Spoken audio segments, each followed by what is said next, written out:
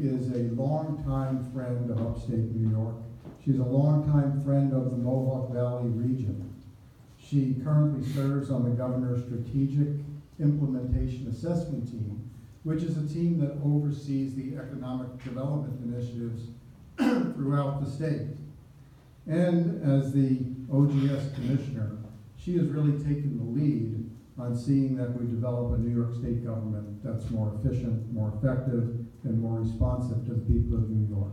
So we greatly appreciate you being here today, Commissioner. Please welcome Commissioner Destito. Thank you.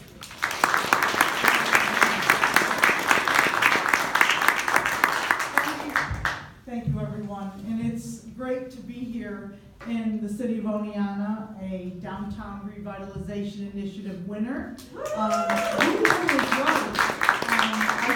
great, and I have been coming to Oneonta for a long time, not just for government reasons. I have friends who live here. Kim Muller, former mayor of the city of Oneonta, she and I are personal friends, so I have frequented your restaurants, and I have come here, and I love this facility. I've been to events at this facility, and I think Oneonta is definitely on the move, and greater things are here to come. So thank you, and President, thank you for being here again. I know I saw you in Syracuse also, so I know you've heard part of this already. But I'm here to represent the governor and present as we have in the past. I think I've been here before to do this. And it's really basically Governor Cuomo wanting to bring the message of the budget and the state of the state to the people directly. So I'm going to begin, as long as I remember how to do this. Okay. So we're going to talk about New York State and how remarkable our economic and social progress has been. And it's not since the time of FDR and Robert Moses has our government produced more than we've been producing and achieved more. We've passed more meaningful legislation. We've built more for the people. And we are building a new New York with an unprecedented $100 billion program. We are going to have a new Penn Station, Farley Complex. You know, it's a state-of-the-art train hub. The governor feels that we have a beautiful, progressive city, but when people come to the city and travel upstate and travel all over the state, they come into a very dungeon-y looking Penn Station, and I know many of us use the train too, and are in that complex a lot also. We will have a new airport at LaGuardia, currently under construction. We will have a new JFK International Airport with a $10 billion development plan. We are successfully reversing upstate's cycle of decline with a new regional approach that is building a new economy, and the progress is stunning. Here in the Mohawk Valley, the state has invested $444 million in nearly 462 projects. And again, I think it's worth mentioning $10 million for the downtown revitalization here in the city of Oneonta. We have GE Global Research at Nano Utica is building a state-of-the-art power electronic facility, creating 500 new jobs. With a $10.4 million state investment, Trenton Technologies is creating 48 new jobs and retaining 179 jobs. Faye, the world leader in Greek yogurt distribution, expanded their facilities and is creating 130 new jobs. The state has invested $66.5 million to construct and replace the 12 north and south arterial, and that created 367 new jobs. $150 million state investment in tourism since 2011. And the governor loves to talk about this because since then, the direct visitor spending has increased by $9 billion, from $54 billion to $63 billion. Visitors are up from 15.3, from 202.9 million to 234 million.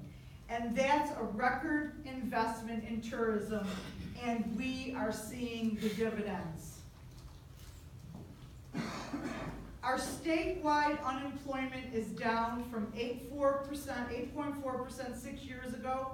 I'm here to announce that this is an inaccurate number, but the Labor Department announced today that it's now 4.9%. So unemployment statewide is down to 4.9. And the good news is that our economic success is shared all across the state. You can see those numbers are going downward in every region of this state. And we're told that the regional numbers will be released early next week. Today, New York State has the highest number of jobs in history, 7.9 million private sector jobs.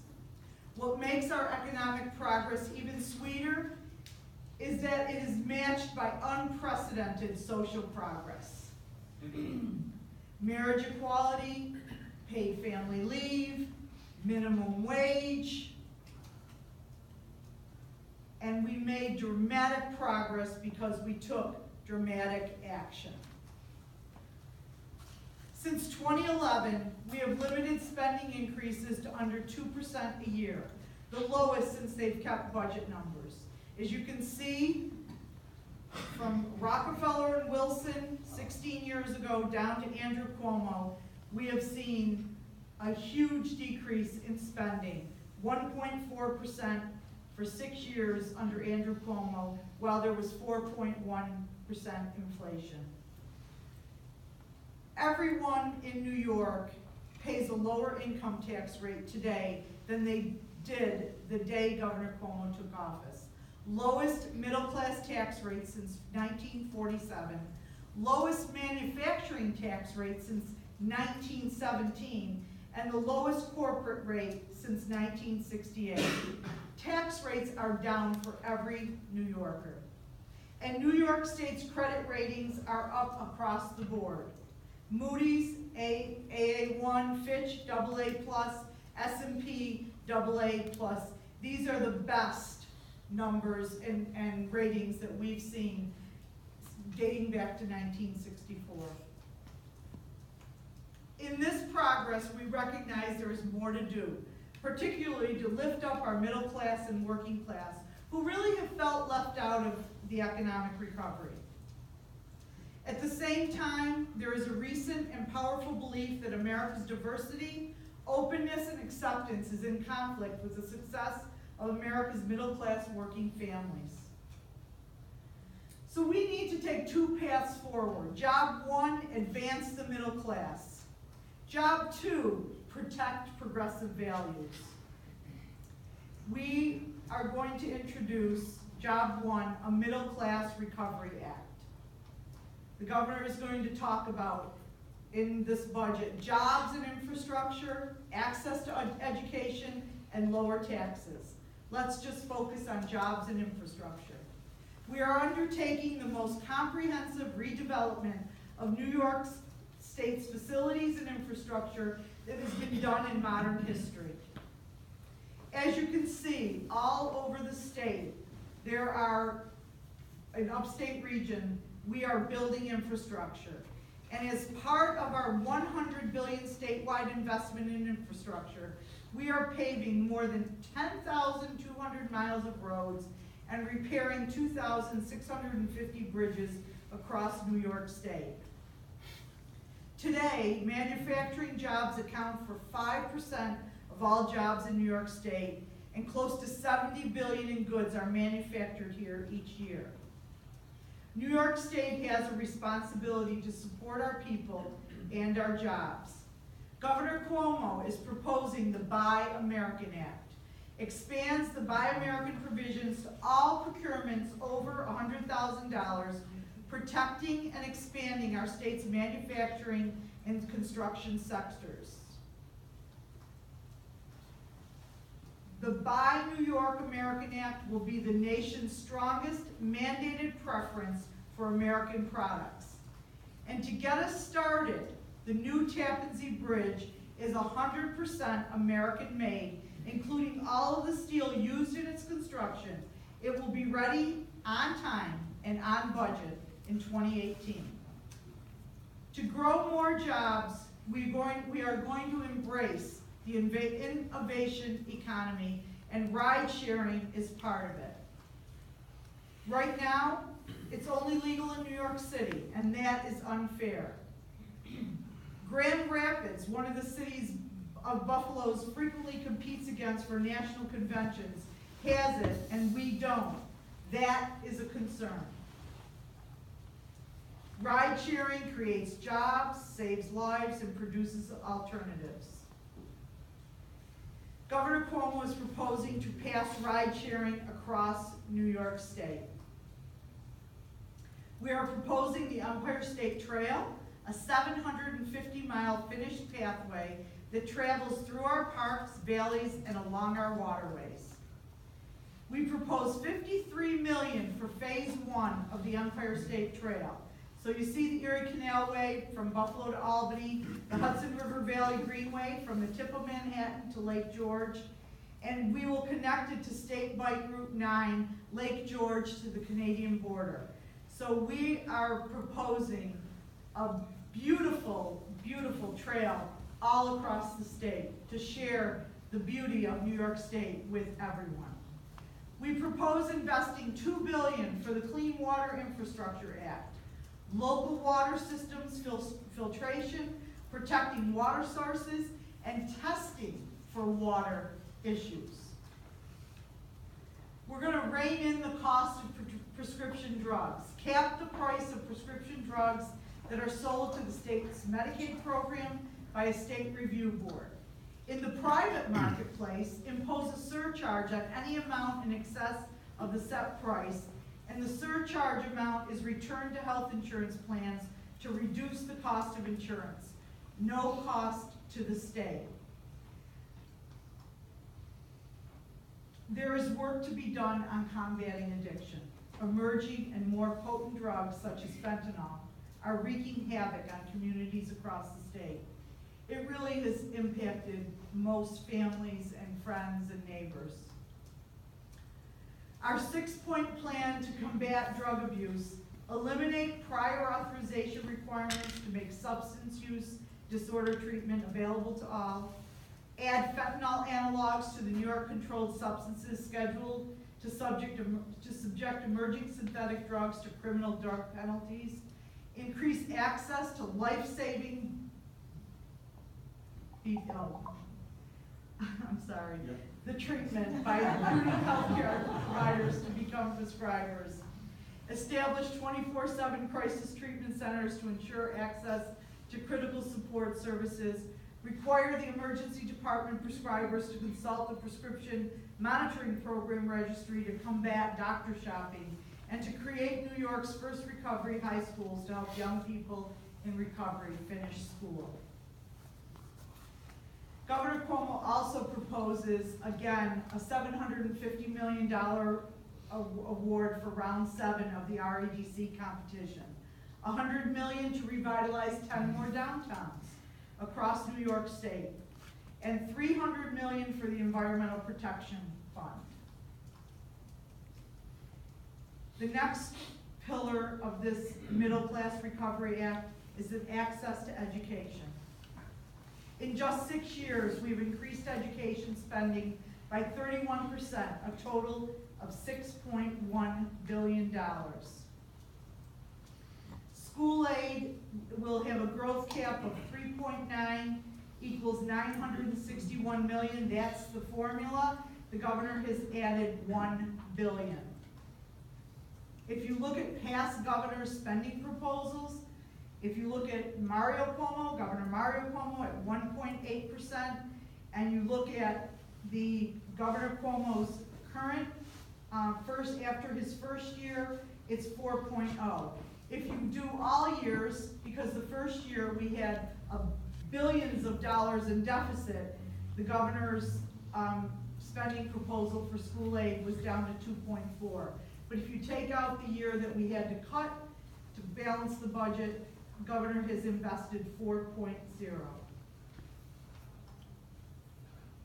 We propose investing $150 million to support the continued transformation of high-need schools into community hubs, plus $800 million for those pre-kindergartners to prepare them for an education in the future, and $35 million to create 22,000 new after-school slots in high poverty areas.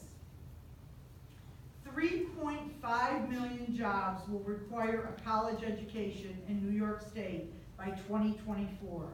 In today's economy, you need a college education to compete for most middle-class jobs. In 2015, the average student loan debt in New York was $29,320, and that's why the governor has proposed investing this year $163 million for tuition-free college to our public universities for students from families earning $125,000 or less. 85% of all families in the Mohawk Valley would qualify for tuition-free public college. And we want to pass, finally, in New York State, the DREAM Act. The middle class recovery also includes lowering taxes. We are cutting middle class taxes for 6 million taxpayers.